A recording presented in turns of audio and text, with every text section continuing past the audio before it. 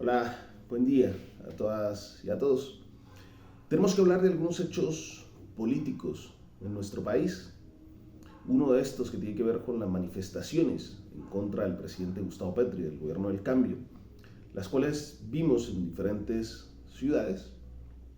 Otro que tiene que ver con la agenda legislativa y por lo tanto con el hundimiento de la reforma laboral, pero también con el hundimiento del proyecto de ley de la regulación del cannabis para uso adulto y recreativo, ¿no? Bien, lo primero es que era de esperarse, es de manual, como se ha venido indicando en columnas anteriores, este manual de el golpe blando, el tema de ir calentando las calles e ir buscando apoyos populares que se puedan expresar en la calle, que puedan ayudar a generar ese clima de ingobernabilidad. Dicho esto, hay que sumar ese permanente trabajo de los medios de comunicación que no ha parado por un instante, ¿no? No ha parado ni ha bajado la atención por un instante. Así vimos que en su momento, la semana pasada o anterior, se atrevieron a dar incluso cifras, ¿no? Y hablaron de 3.000 millones de pesos que eran de Petro, nada más. Hemos visto una actitud, un comportamiento temerario por los medios de comunicación, principalmente por uno de estos, y es la señora Vicky Dávila, un verdugo que ahora parece que se convierte en una salvadora y defensora a ultranza de la democracia. Nada más alejado de la realidad, pues esta señora realmente es aquella que está fabricando toda esa matriz mediática a partir de la calumnia, ¿no? A partir de la mentira. Es decir, está usando ese poder mediático para imponer una matriz de opinión. Está manipulando abiertamente las audiencias, mintiendo abiertamente. Y esto nos llama entonces hacia el segundo tema. El tema de la agenda legislativa, tanto con la reforma laboral como con la iniciativa legislativa parlamentaria, igual sobre la regulación del cannabis. Dos cuestiones que se hunden, que buscarán si se puede revivir de alguna manera. En algún caso dijeron que extraordinarias, y si no, que se iría a presentar la próxima legislatura.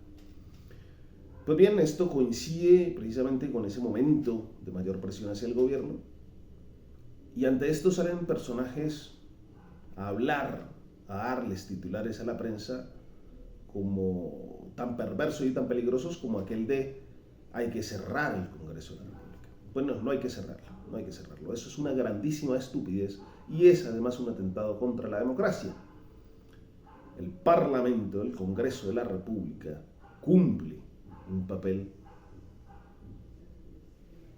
principal, un papel fundamental, mejor, en la democracia, como también la primera legislatura, como lo hace también la presidencia de la República y como lo hacen los otros poderes del Estado. Quizás lo que tenemos que pensar es cómo fue la composición de ese Congreso de la República, pero también esto no nos debe extrañar, porque el presidente de la República, el gobierno del cambio, no gana con una mayoría absoluta. Y la democracia, en efecto, y las instituciones democráticas deben representar esa variedad que existe en nuestro país. La cuestión es cómo llegan estos personajes a ser representantes, a ser miembros del Congreso, y por qué, como miembros del Congreso, se les tiene que tratar con honores. Honorable senador, honorable representante, honorable, honorabilísimo, cuando en realidad son personajes que se deben muchas veces a mafias políticas, a redes clientelares, etc. Quizás no hay que cerrar el Congreso, no, desde luego que no, cerrarlo es una estupidez, pero quizás sí debemos reflexionar sobre la lógica en cómo entendemos la política. Es decir, aquellos personajes que están en el Congreso de la República son servidores de aquella ciudadanía que les votó y que en un modelo representativo, en un modelo de democracia representativa, le ha cedido por un periodo determinado de tiempo unas funciones. Entonces, habrá que reflexionar sobre esta lógica desde la ciudadanía. Entender la importancia de quienes llegan a este tipo de instituciones y por qué y para qué. Pero también hay otra reflexión, y esta reflexión la tienen que hacer los actores políticos del Estado, del gobierno, perdón. Los ministros y el presidente de la República.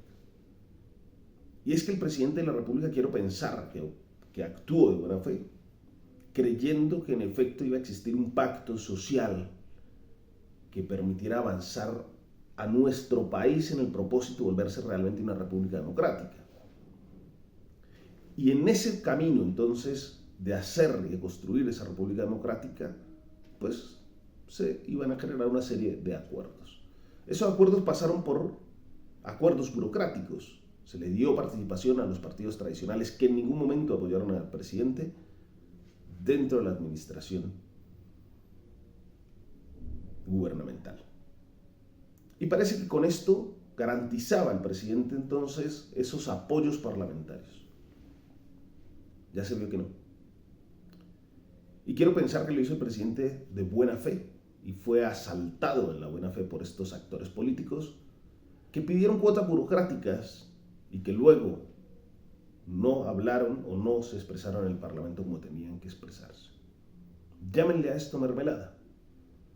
Pero las cuotas burocráticas, los lobbies, etcétera, están regulados en otros países. Lo que pasa es que aquí, repito, quiero pensar que asaltaron al presidente en la buena fe, porque lo otro es que en realidad fue bastante ingenuo. Creer que puede existir un pacto de Estado y que él puede actuar como estadista y no como político. Creo que es el momento de actuar como político. No estamos en un Estado con instituciones fuertes.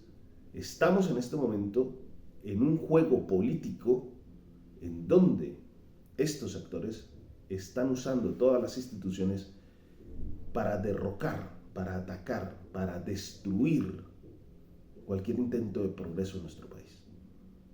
Por lo tanto, quizás no toca buscar el pacto social con estos, sino toca entrar al juego político y acumular respaldo político y popular con el fin de llevar adelante las reformas que se necesitan. Necesitamos que los demócratas de este país nos juntemos en ese proceso en donde arrinconemos a aquellos que quieren impedir que el progreso siga avanzando y que logremos avanzar en el proceso de hacer de nuestro país una verdadera república democrática. Es esto, un fuerte abrazo a todas y a todos.